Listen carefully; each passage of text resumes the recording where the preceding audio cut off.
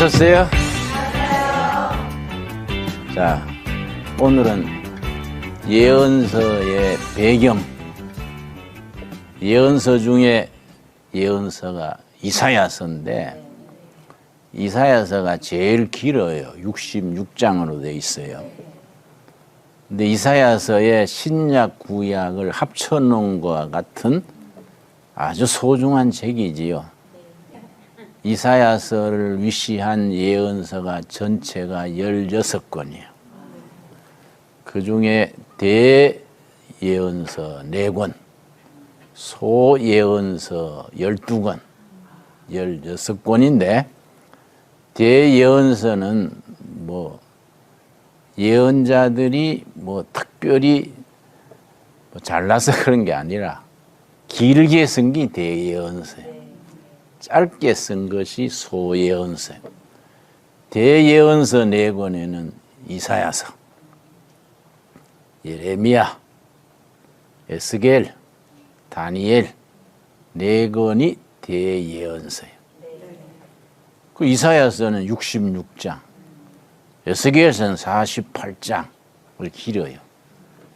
그 12권 소예언서는 아모스, 호세아, 요엘, 요나, 말라기까지 12권이지요. 근데 예언 운동은 BC 9세기에서 BC 5세기까지 500년간 계속됐어요. 그런데 5세기부터 1세기까지는 400년간 끊어졌어요. 이걸 침묵기라 그래. 400년간 예언 운동이 사라졌다가 400년 만에 등장한 사람이 세례 요한이에요. 광야의 소리. 요단강가에서 메뚜기와 석청 먹으면서 트롯을 입고, 메뚜기가 아주 좋은 단백질이거든요. 석청은 들꿀이요.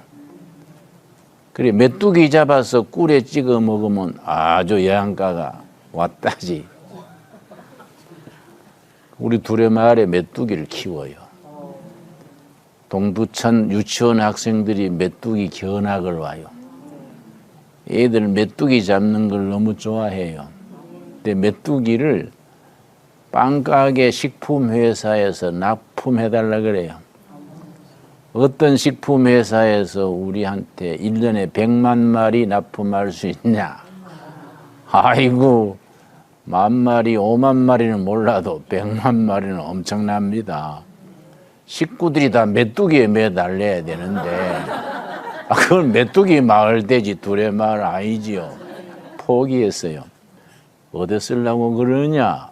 그랬더니 이게 살찌지 않는 단백질이래. 그래서 다이어트 하는 사람들, 메뚜기를 사다가 갈아서 빵에 넣으면 요새 비만 예방이라는 거예요. 여자들이 살찌는 걸 되게 겁을 내잖아요. 사실은 조금 찐 게 보기 좋은데, 응? 너무 살 빼니라고. 그 어떤 여자들은 보면 너무 말라가지고 걸어가는 거 보면 갈비뼈가 걸어가는 것 같아. 그건 딴 얘기고, 400년간 침묵했다가 탁 등장한 예언자가 세례 요한. 예수님보다 6개월 앞에서 길 닦는 사람이지. 근데 예언자 운동은 다른 종교에서는 없어요. 성경이 유일한 아주 위대한 전통이지요. 그런데 예언자 운동 혹은 선지자 운동이 어떻게 일어나게 됐느냐, 그 배경을 내가 설명을 합니다. 솔로몬에서부터 시작됐어요. 문제 원인이. 자, 열왕기상 11장 3절 찾겠습니다. 천천히 찾읍시다. 바쁜 거 없으니까 11장 3절. 내가 성경 몇 장 몇 절 찾읍시다 하고 다른 얘기 좀 해요. 찾는 시간 드리는 거예요. 그러니까 다 찾아야지. 어떤 남자들은 부인 보고 당신 찾아. 자기는 가만히 있어. 그러니까 뭐라 하지. 본인이 직접 찾으세요. 천국 갈 때는 따로따로 가니까 자기 신앙 자기가 지켜야지. 그런 거 아니에요. 그냥 찾으라 그래요. 자, 열왕기상 11장 3절 찾았지요? 왕은 후궁이 700명이요 첩이 300명이라 그의 여인들이 왕의 마음을 돌아서게 하였더라. 솔로몬을 지혜의 왕이라 그러지요? 솔로몬을 지혜의 왕 하는 건 50점이에요. 어린 나이에 왕위에 올라서 다윗 왕을 이어서 40년간 왕위에 있었는데 전반부는 좋았어요. 지혜로웠어요. 후반부 20년은 엉터리랬어. 어디서 변질됐느냐? 본문 말씀이 그 얘기예요. 후궁이 700명, 첩이 300명. 솔로몬이 바빴겠지요?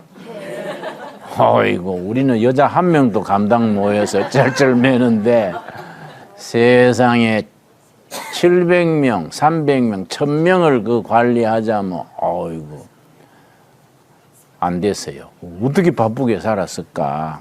그런데 여자들이 솔로몬을 변질시킨 거예요. 왜냐? 왕궁의 후궁으로 첩으로 들어오면서 그냥 오는 게 아니에요. 친정신을 데리고 들어오는 기라. 안 그렇겠어요? 바알신 섬기던 사람, 아세라 섬기던 사람, 뭐 왕궁의 뒤뜰에 집 주고 이제 생활은 다 보장되고 하는데 남편 되는 솔로몬은 1년 가봐야 보기도 힘들지. 외롭잖아요. 그러니까 자기 신앙에 매달리는 거예요. 솔로몬 왕궁 뒤뜰이 잡신구대기야. 이 타락하는 거예요. 그 여인들이 솔로몬을 변질시켰더라. 이 참 심각한 거지요. 그래서 후반부에는 정치를 잘못한 겁니다. 솔로몬이 후반부에 어리석은 정치, 변질된 정치했기 때문에 나라가 분열되게 됐어. 하나님께서 성경 말씀에 열왕기서에 쓰기를 솔로몬에서 주었던 정권을 거둬야겠는데 아버지 다윗을 생각해서 솔로몬 때는 놔둔다. 그 다음 때는 내가 손본다. 이런 말씀이 성경에 나와요. 그런데 솔로몬이 그렇게 세 가지로 잘못된 정치했습니다. 첫째는 솔로몬의 왕궁 짓는데 몇 년 걸렸을까요? 14년이요. 너무 요란하게 지은 거지. 솔로몬 예루살렘 성전 짓는 데는 7년, 왕궁 짓는 데 14년, 그게 벌써 몇 년이요? 21년. 가는 데마다 성 쌓고 공사하고 토목공사를 너무 한 거야. 자, 그러면 공사를 그렇게 많이 하자면은 인부가 동원돼야 되잖아요. 국민들이 노동 동원하는 거예요. 국민들이 농사 짓다가도 왕궁에서 부르면 가야 돼. 그 너무 노동 동원이 많이 한 거예요. 그러고 또 집 건축거리 하자면 비용이 필요하잖아요. 솔로몬이 뭐 돈을 찍어내는 기계 있었겠습니까? 세금 거두는 거예요. 건축하는 것 때문에 중과세. 차츰차츰 전반부의 지혜로운 왕에서 후반부의 어리석은 왕으로 변질되면서 국민들의 원성이 하늘에 닿은 거예요. 그래, 그때나 지금이나 정치를 잘해야 돼요. 무리하지 않게 순리로 해야 되는데 거기다가 후궁이 1000명, 후궁 700명, 첩이 300명이 왕궁 뒤뜰에서 각자 신을 섬기니까 미신 우상이 막 들이차니까 영적으로 병든 거지. 이 세 가지 어리석은 정치를 하니까 거기 40년 임기 마친 뒤에 자 11장 우리 마지막 절 보겠습니다. 42절 열왕기상 11장 42절 열왕기상 11장과 12장이 왜 중요하냐? 나라가 남북으로 분열되는 이야기예요. 우리나라 지금 해방가 했더니 북쪽 북한 민주주의 인민공화국, 남한 대한민국 갈라지가 지금 또 어렵잖아요. 그러니까 열왕기상 11장 12장에서 솔로몬이 죽자 말자 솔로몬의 후반부의 멍청한 정치 때문에 갈라지는 얘기예요. 그래서 11장 42절 솔로몬이 예루살렘에서 온 이스라엘을 다스린 날수가 40년이라. 40년 만에 솔로몬이 이제 죽고 그 아들이 이름이 르호보암이요. 그 이름을 잘 기억해야 돼요. 르호보암의 적수가 여로보암이요. 그 이름이 헷갈린다고. 나도 설교할 때 자꾸 헷갈려서 르호보암 해야 될 자리에 여로보암 그러고 또 여로보암 해야 될 자리에 르호보암 그러고 이 우리나라처럼 김씨 박씨면 간단한데 뭐 여로보암, 르호보암, 무두셀라 이거 뭐 성도 없고 이름이 해도 안 돌아가고 할 수 없지요.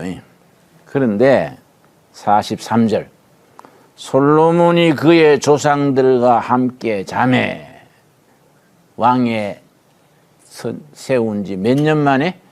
40년 만에 자매 그의 아버지 다윗의 성읍에 장사되고 그의 아들 누굽니까?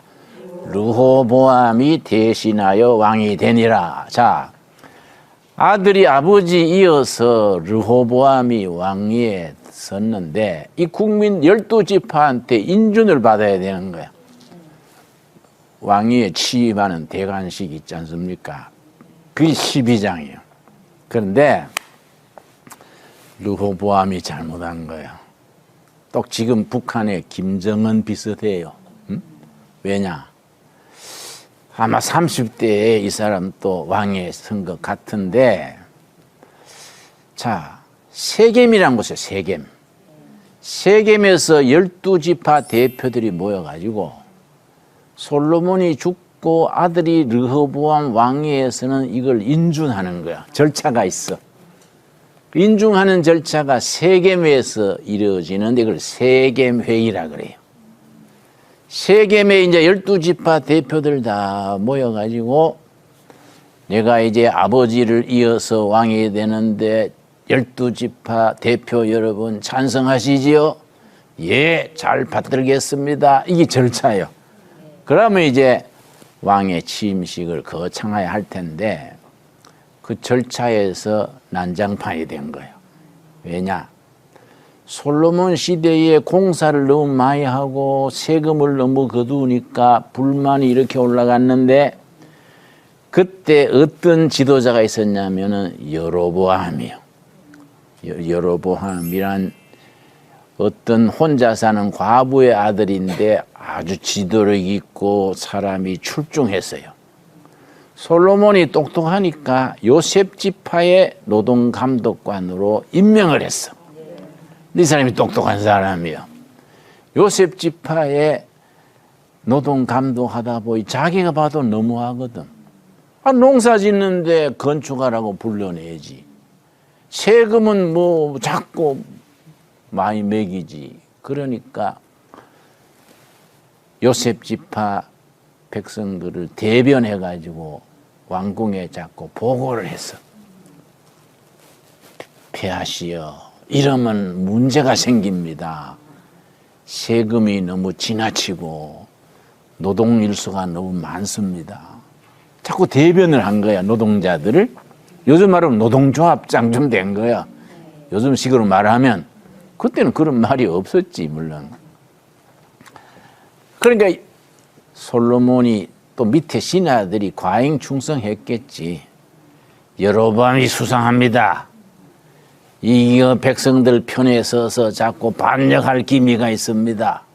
그러니까 솔로몬이 여자들 치마폭에 쌓여가지고 그 1000명 거느리자면 제정신이겠어요?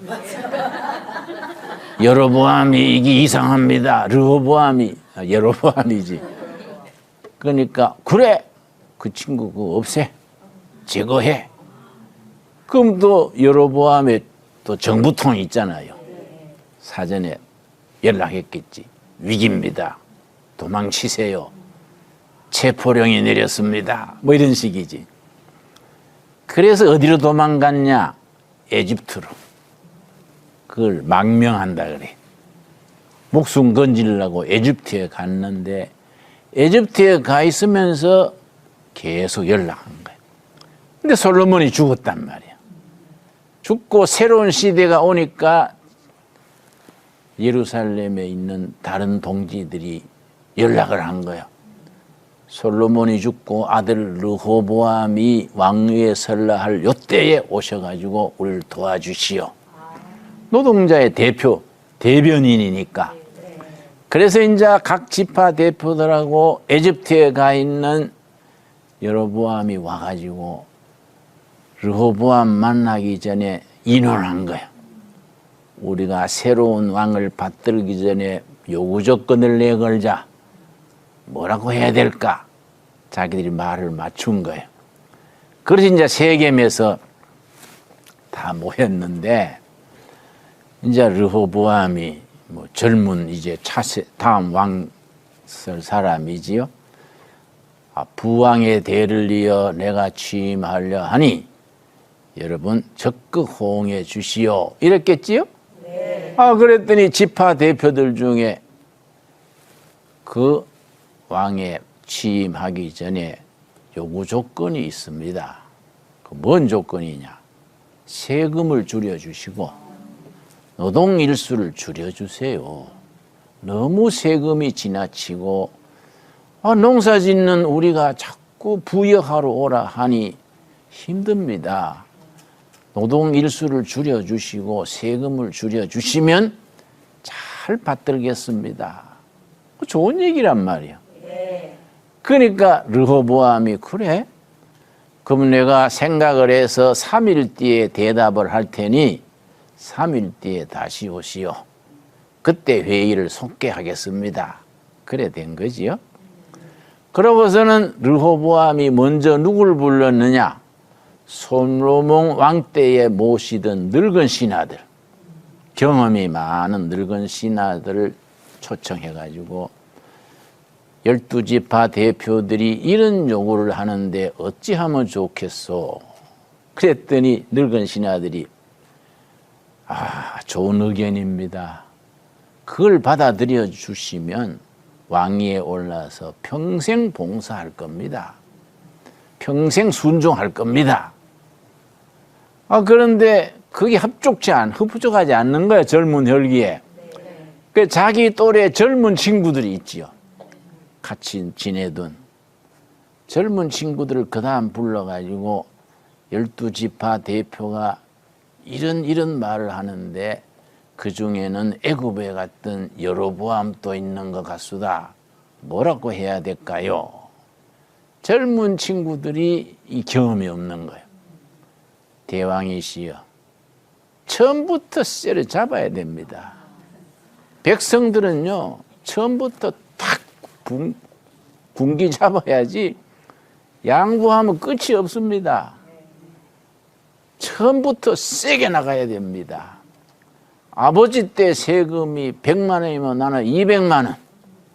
아버지 때 노동이 100날이면 나는 200일을 한다. 복종해야 백성이지 뭔 그런 소리 하냐. 이렇게 세게 나가야 됩니다. 르호보암이 좀 어리석었어. 그게 마음에 든 거요. 응? 그래가지고 사흘 뒤에 대표들이 왔는데 그래 생각해 보셨습니까? 어떻게 하시겠습니까? 그때 잘못한 거예요. 젊은 친구들 얘기들 한 거야. 내 아버지의 새끼손가락이 내 허리만큼 나는 크다. 내 아버지가 세금을 100만 원 매겼으면 나는 200만 원, 300만 원이다. 아버지가 노동을 100일 시켰으면 나는 200일, 300일이다. 백성의 도리로서 순종해야지 그런 소리 아체 하지 마라. 이러니까 12지파 대표들이 뿅 간 거야. 열받은 거야.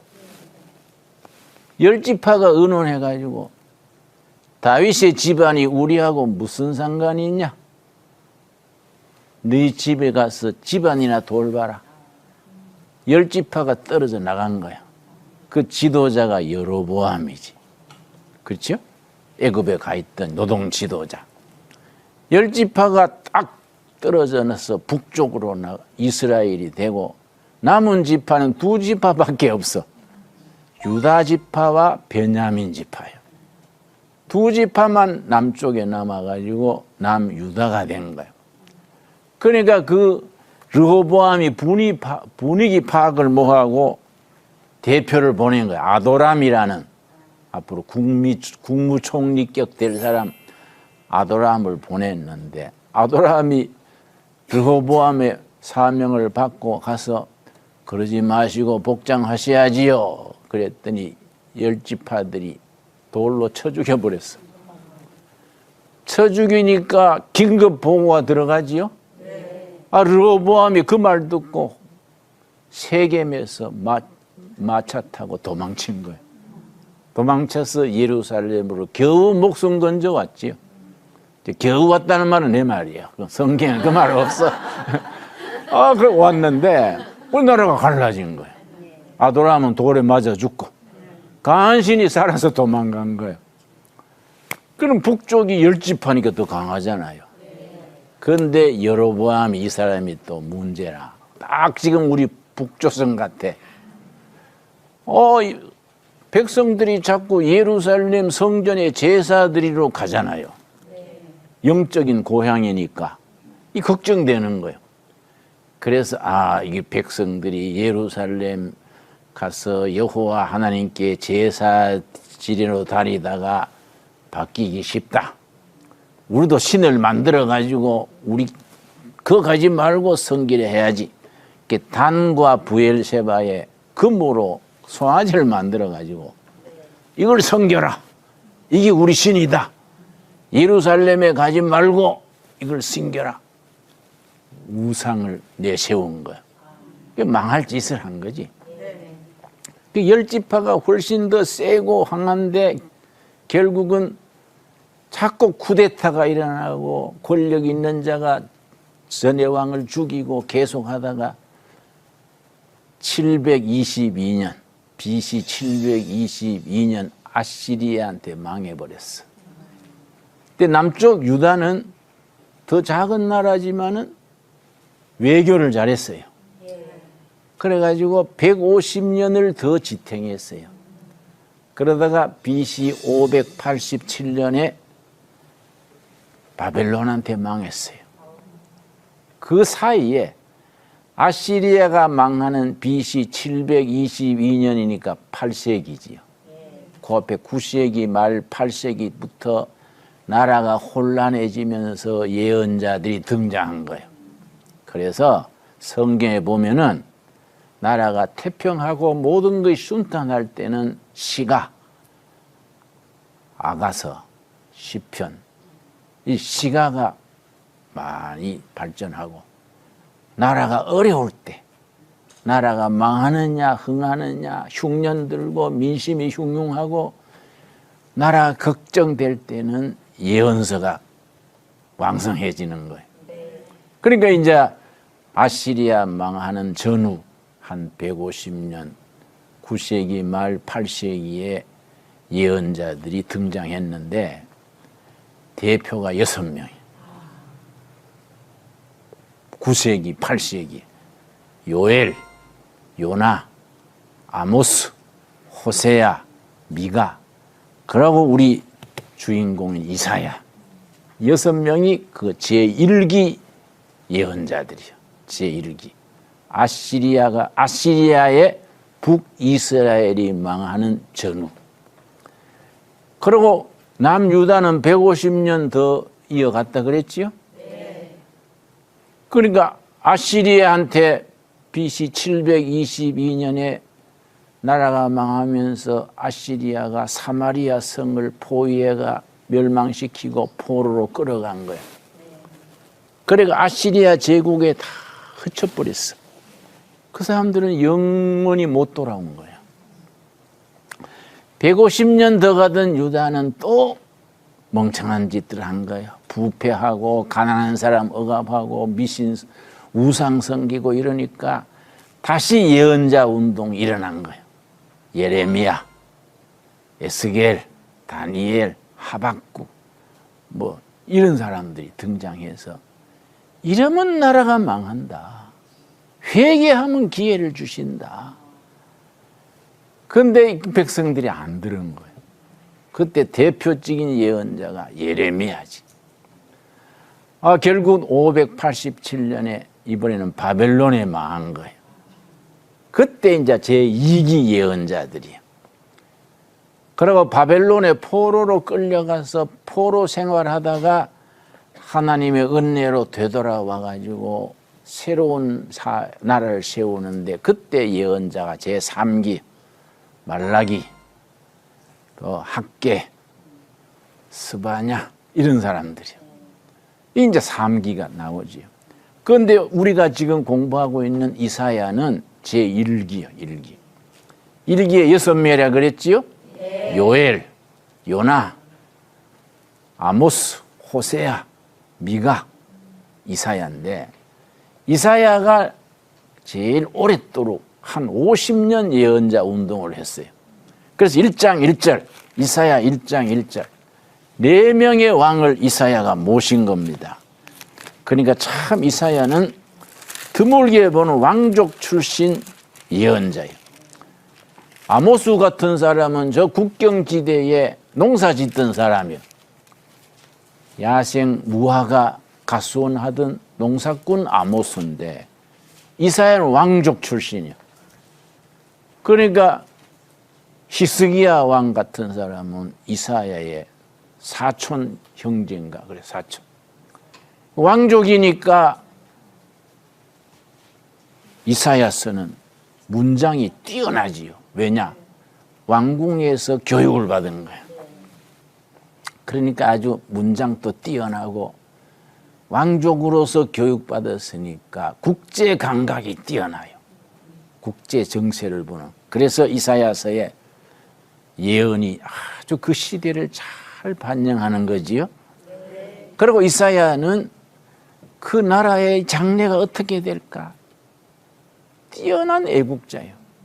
망해가는 시대의 민족의 미래, 하나님의 구원의 날을 얘기하는 거예요. 그래서 이사야는 멸망해가는 나라에서 희망을 얘기하는 겁니다. 그 희망의 선지자. 그 다음에 2기에 나타나는 예레미야는 눈물의 예언자. 이 이사야서는 희망을 얘기하는 거죠. 그런데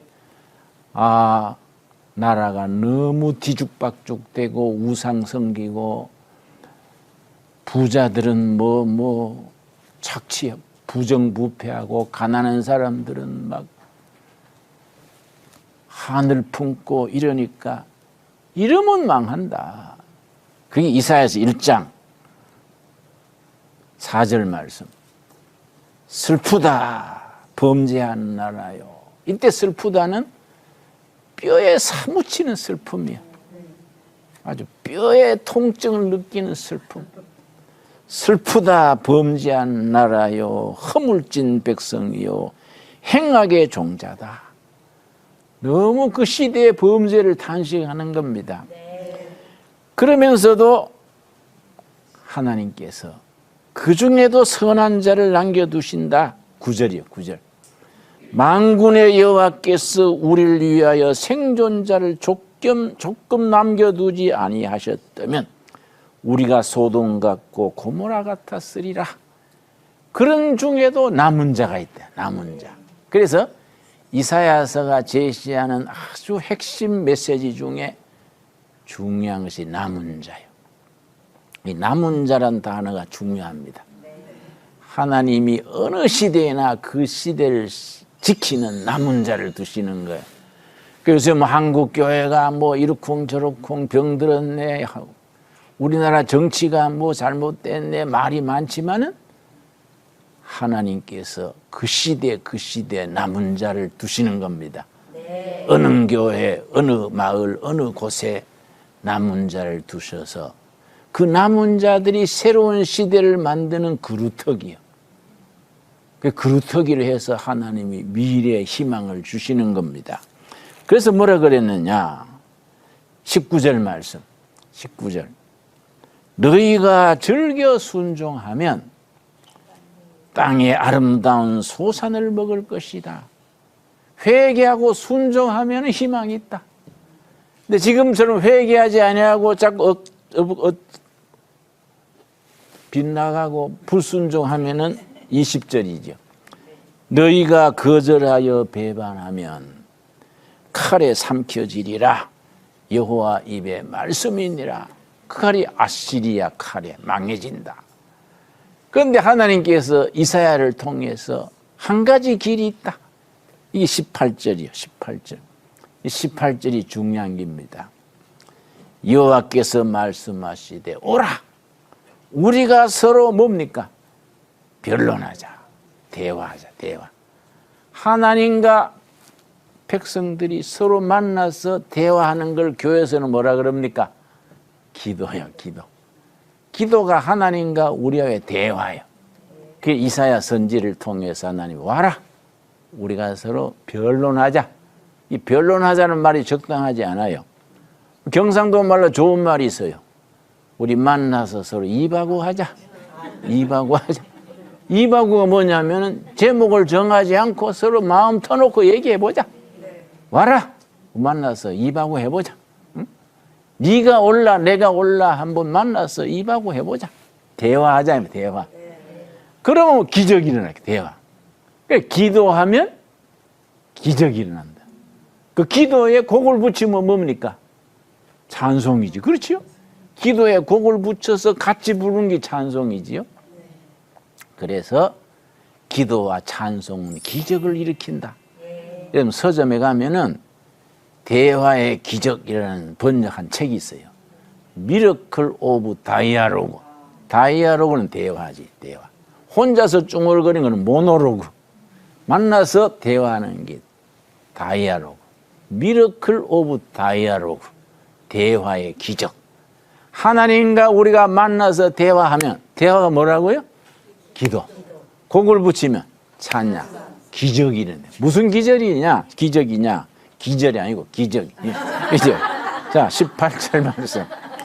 18절 제가 다시 읽습니다. 여호와께서 말씀하시되 오라. 우리가 서로 변론하자. 입하고 하자.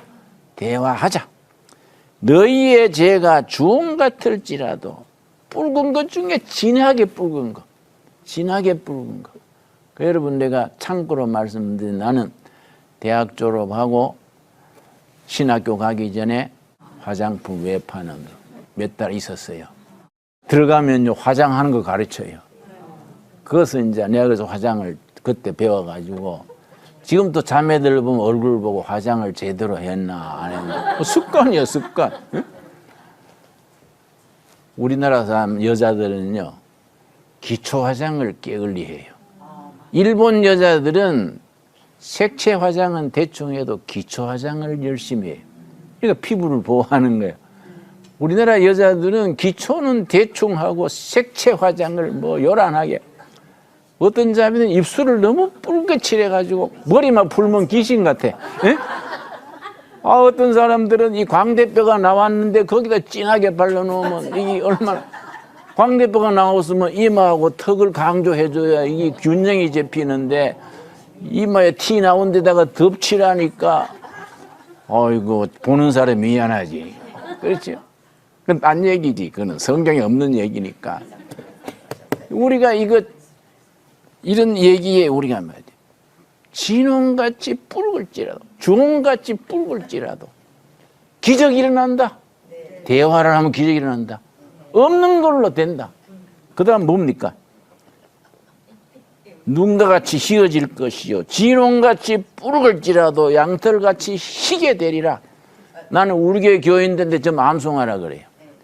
목사의 이름이 나오니까 전부 암송해라. 응? 요 이름이 나오잖아요. 성은 빠졌지만 진홍같이 붉을지라도. 이왕이면 김진홍 했으면 좋겠는데 성은 빠졌어. 너희 죄가 진홍같이 붉을지라도 양털같이 희게 되리라. 그런 기적이 일어난대. 아무 헐이 많고 허물이 많고 못된 짓 하고 빗나가도 하나님과 대화하면 기적이 일어난다. 중같이 붉은 죄도 없는 걸로 되고 진홍같이 붉은 죄도 양털같이 희게 될 것이다. 이사야 선지가 지금 피를 토하는 마음으로 백성들한테 호소하는 거예요. 그래서 백성들에게 희망을 주는 겁니다.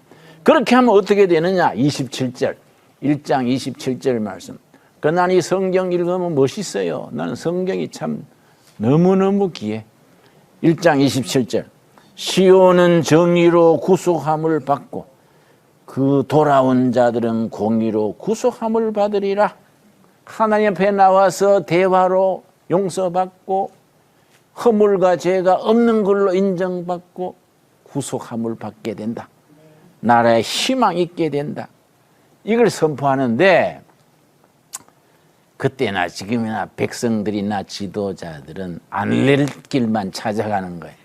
사람들이 참 이상합니다. 가정이나 교회나 나라나 안 되려고 하면 망할 짓만 골라서 하는 거예요. 하나님이 기뻐하시는 건 골라서 안 하고 망할 짓을 골라서 하네. 하나님이 도저히 안 되겠다.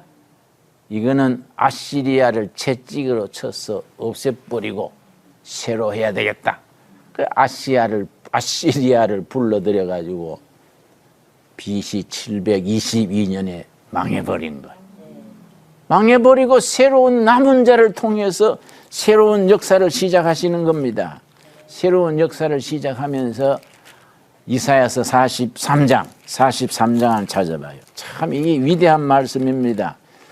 자, 남은 자를 통해서 새로운 시대를 만드시는데 이사야 43장 18절 말씀.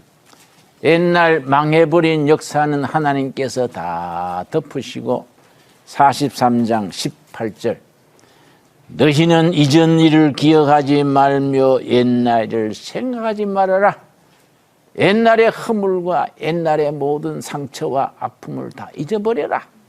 과거는 다 요즘 우리가 말하면 십자가 밑에 다 내려놓고 새 시기다. 새로운 시작이다. 뭐라 그랬냐? 19절 첫 마디가 뭡니까? 보라 내가 새 일을 행하리라. 희망의 역사, 미래의 역사, 새로운 역사, 새 시대를 연다. 이사야서의 가장 큰 위로가 이거예요. 내가 과거의 허물과 채찍을 다 덮어버리고 새로운 역사를 일으킨다. 희망의 역사, 미래의 역사를 일으킨다. 이제 나타낼 것이라. 너희가 그것을 알지 못하겠느냐? 반드시 내가 광야의 길을 사막에 강을 내리라. 하나님께서 굉장히 상징적으로 길 없는 사막에 길을 내고 물이 흐르지 않는 사막에 강을 흐르게 한다. 굉장히 위로의 말씀이지요. 그러면서 40장에 탁 들어가서 하나님이 새로운 시대를 선포하는 겁니다. 40장 1절. 그래서 이사야서가 그런 역사적인 배경을 통해서 나라가 멸망의 길로 가니까 예언자를 통해서 하나님께서 회개하고 하나님 앞에 나오면 희망은 있다. 길이 있다. 이걸 선포하다가 결국은 백성들이 그리 안 하니까 멸망한 뒤에 하나님께서 새로운 위로의 복음을 선포하는 겁니다. 40장 1절. 너희의 하나님이 이르시되 너희는 뭡니까?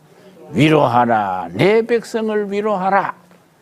징계와 채찍 심판이 바꾸어져서 위로와 은혜, 용서와 축복으로 바뀌는 겁니다. 그래서 성경학자들은 이사야서 1장 39절까지가 제1 이사야, 40장부터 66장까지 제2 이사야. 저자가 다르다. 학자들은 그래 말하는데 나는 그 동의 안 해요. 뭐 그렇게 골치 아프게 자꾸 저자가 다르다 하냐. 같은 하나님이 저 말씀하신 건데 내용이 바뀐 거다. 심판과 채찍에서 위로와 은혜로 바뀐 거이다. 그래 받아들여야 은혜가 있지. 자꾸 저자가 다르네 뭐 복잡하게 계산하면 은혜는 떨어지고 골치만 아파. 나는 그런 거 뭐 성경을 대하는 태도가 그게 아니라고 생각하는 거지. 그러니까 되게 무시한 것 같지만은 믿는 게 좀 무식해야지 뭐 자꾸 꼬치꼬치 따지면은 하나님도 짜증 낼 거 아니야. 넌 뭐를 따지냐? 응? 믿고 나오는 거지. 예를 들면 안 그렇겠어요? 40장 1절 위로하라 위로하라 내 백성을 위로하라. 위로하라가 히브리 말로 나하무예요. 나하무 암미 위로하라 위로하라 내 백성을 위로하라. 벌받을 만큼 고생할 만큼 왕따 당할 만큼 했다. 이제는 용서와 희망이다.